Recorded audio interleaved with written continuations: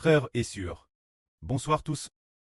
Ce soir, nous allons expliquer le livre DSAE.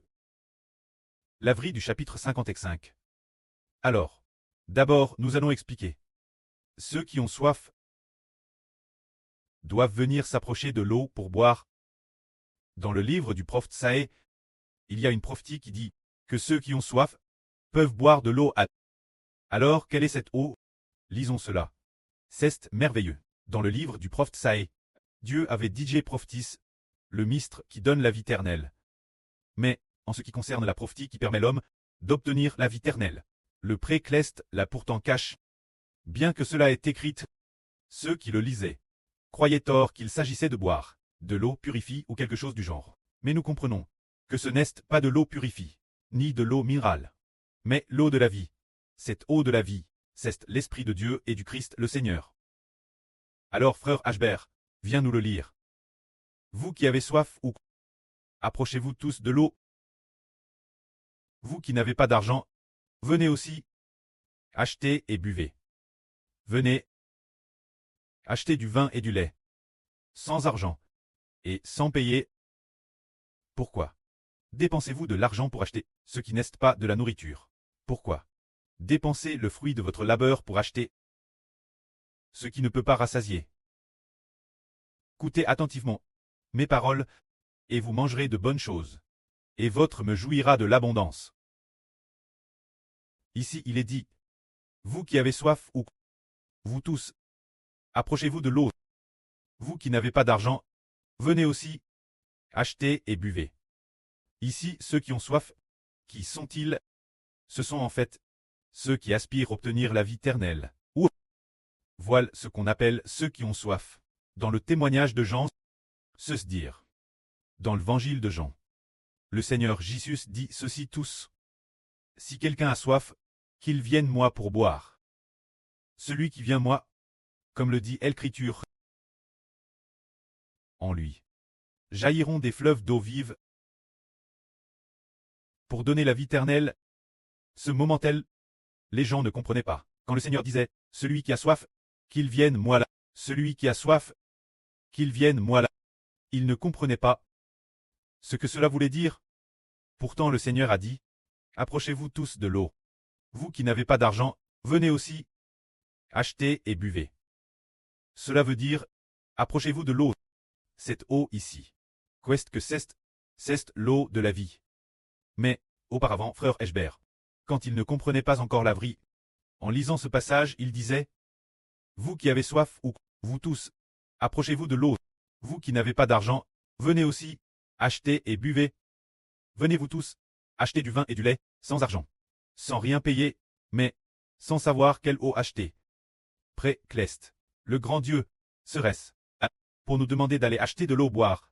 Plus tard dans l'Apocalypse il est dit, l'Esprit et l'épouse disent, viens, bois de l'eau de la vie. Viens boire l'eau de la vie. Ce n'est que plus tard qu'on découvre que l'eau ici est l'eau de la vie. Alors, dans la religion, on ne sait pas ce qu'est l'eau de la vie.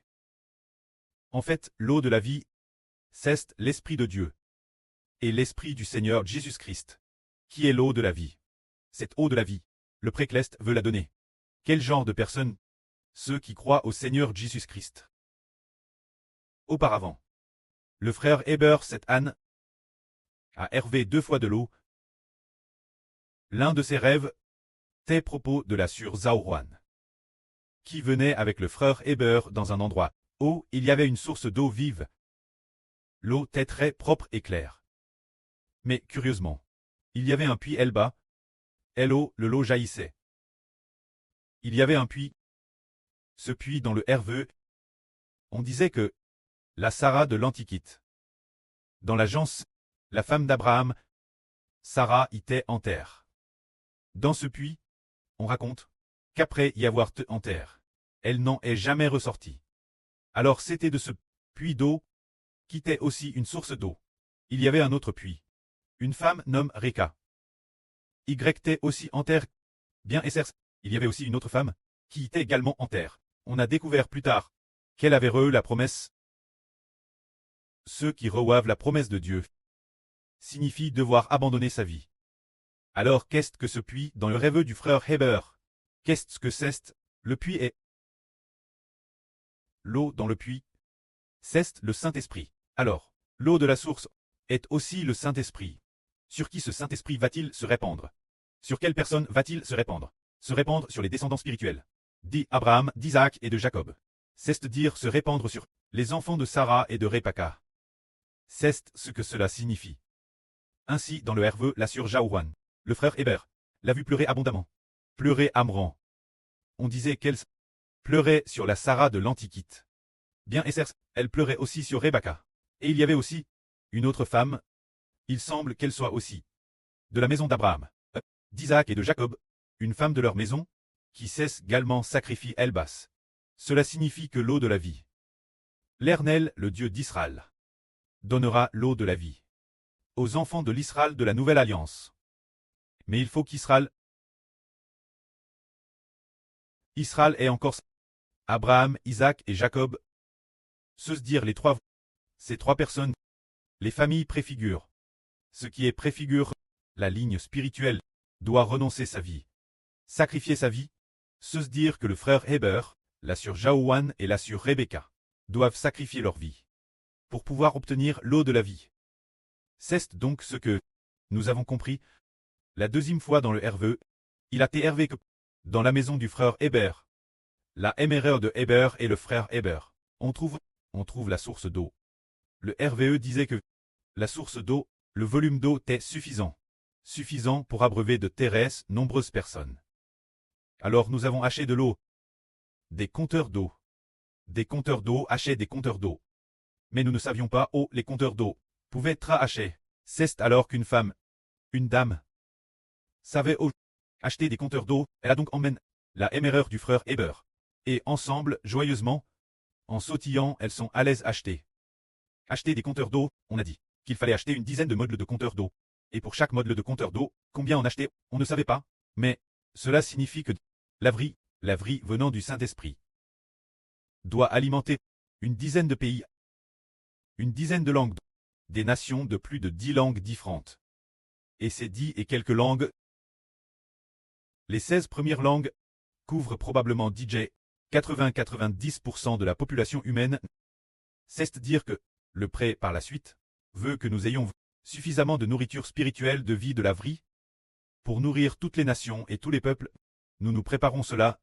Et le précleste dit aussi: vous qui avez soif, venez vers les eaux, approchez-vous des eaux, ce qui signifie s'approcher de Dieu et du Seigneur, pour obtenir l'eau de la vie. Mais Dieu est le Seigneur, le pré et le Seigneur sont loin dans les cieux. Comment l'homme peut-il s'en approcher? Comment l'homme peut-il entendre la voix de Dieu et du Seigneur? En réalité, la voix du précleste et du Seigneur est une alliance conclue avec son fils, avec le fils du pré et du Seigneur, le frère Héber d'Israël. Ainsi, écoutez, la vie prêche par le frère Héber, qui vaut s'approcher de la source de l'eau de la vie. Alors le prêt dit encore: pourquoi dépensez-vous de l'argent pour acheter ce qui n'est pas de la nourriture? Pourquoi dépensez-vous le fruit de votre labeur pour acheter ce qui ne rassasie pas? Écoutez-moi attentivement. Prêtez l'oreille mes paroles, et vous mangerez ce qui est bon, et votre meux se délectera de mets savoureux. Alors pourquoi les gens du monde travaillent-ils si dur? Il est dit: pourquoi dépensez-vous de l'argent pour acheter ce qui n'est pas de la nourriture? Pourquoi dépensez-vous le fruit de votre labeur pour acheter ce qui ne vous rassasie pas? C'est dire que l'homme travaille dur, et ce qu'il obtient finalement c'est la nourriture pour 3 repas par jour. Cette nourriture pour 3 repas par jour, c'est peut-être du riz, ou peut-être du pain et des brioches, ou toutes sortes de nouilles, juste de quoi se remplir le ventre. Alors, dépensez de l'argent pour acheter ces nourritures pour 3 repas par jour. Dieu dit: pourquoi dépensez-vous de l'argent pour acheter ce qui n'est pas de la nourriture? Le précleste dit: ce qui n'est pas de la nourriture. Par exemple, ce que nous mangeons chaque jour, les brioches et le pain du matin, ou toutes sortes de nouilles, ou toutes sortes d'aliments, ceux que l'on achète avec de l'or et de l'argent. Dieu dit qu'ils ne sont pas de la vraie nourriture. Et il dit encore: pourquoi dépensez-vous le fruit de votre labeur pour acheter ce qui ne peut pas vous rassasier? C'est dire que, après avoir mangé, nous avons encore faim, on mange et on a quand madame faim. Alors, le précleste dit: ce n'est pas la vraie nourriture, et cela ne peut pas rassasier. Qu'est-ce qui peut vraiment rassasier? Le Seigneur dit: venez-moi. Mangez ma chair et buvez mon sang. Ma chair est vraiment une nourriture. Mon sang est vraiment un breuvage. Celui qui en mange n'aura plus jamais faim. Celui qui en boit n'aura plus jamais soif. Le Seigneur a aussi dit la femme samaritaine. PRS du puits. Quiconque boit de cette eau aura encore soif. Mais celui qui boira de l'eau que je lui donnerai n'aura plus jamais soif. Alors, quelle est cette eau qui empêche d'avoir soif pour toujours? Qu'est-ce que c'est? C'est l'Esprit de Dieu qui vient du Seigneur Christ. L'Esprit de Dieu est l'Esprit du Seigneur Jésus-Christ, aux deux, qui fait que quand on en reboit, on n'a plus jamais soif. Ensuite, le prêtre continue en disant « Écoutez-moi bien. Et vous mangerez ce qui est bon, et votre me se délectera de mets succulents. » C'est-à-dire qu'il faut écouter attentivement l'Éternel, la parole de notre Dieu, et nous pourrons manger ce qui est bon. Qu'est-ce que ce bon ici? Ce bon, est-ce des brioches ou du pain? Non, pas du tout. Ce bon ici. Faites référence, recevoir l'Esprit de Dieu et du Seigneur. Alors, il est dit ici, écoutez-moi bien. Et vous mangerez ce qui est bon, et votre me se délectera de mets succulents. Alors écoutez attentivement. Quelle parole de Dieu permet l'âme humaine de se délecter de mets succulents? C'est écouter attentivement. Quand Dieu dit de faire alliance avec le Seigneur Jésus-Christ, de croire au Seigneur Jésus, et d'accepter le nom du Seigneur Jésus-Christ, alors, pourra ainsi recevoir la vie du Seigneur Jésus. Recevoir le Saint-Esprit, la vie qui vient, et de l'Esprit du Seigneur. La vie qui vient permettra à notre esprit intérieur de se rassasier. Permettra à notre esprit intérieur de vivre pour toujours et jamais. Regardons, nos anctres, essentiellement 3 repas par jour, n'ont jamais manque de rien. Mais ils sont morts. Or, cette nourriture ne peut pas donner la vie éternelle l'homme. La nourriture qui donne la vie éternelle, c'est ce que Dieu nous dit en disant de prêter une oreille attentive, se dire de nous faire accepter son Fils Jésus. Se dire accepter son Fils Jésus. Reconnaître le nom de son Fils. Reconnaître le nom du Seigneur Jésus-Christ. Accepter le Seigneur. Alors, notre vie se rassasiera. Alors le précleste dit encore, prêtez l'oreille, écoutez. Venez-moi. Écoutez. Et vous vivrez. C'est dire. Écouter permet de vivre. Vivre signifie vivre éternellement. Alors qu'est-ce qu'on coûte? Il est dit ici, je ferai avec vous une alliance éternelle. Pour vous donner les graisses promises David, les gerces saintes et certaines, donne-vous. Qu'est-ce que le précleste a promis David? C'est que David aurait un descendant, qui deviendrait le Rédempteur. Un descendant, se dire que Dieu allait, ce descendant, donner l'humanité. Ainsi celui-ci est appelé, donne, les gerces saintes et certaines de David. Donne-vous ces graisses saintes et certaines ici.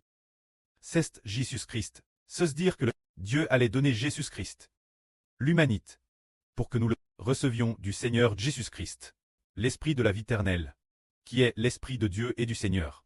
Ainsi, nous vivrons pour toujours et jamais. Que la gloire soit auprès et au Seigneur. Amen.